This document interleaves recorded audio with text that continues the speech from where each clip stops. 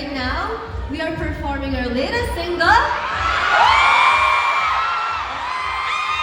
Thank you, Sir Carlo Katigpak, for trusting us with this global project. Salamat po! Powerhouse talaga yung mga composers ng song na to, Blooms, kasi nakatrabaho nila yung mga sikat na international artists like BTS, Twice, Ariana Grande, and now nabigyan kami ng chance. And with that, we are forever grateful.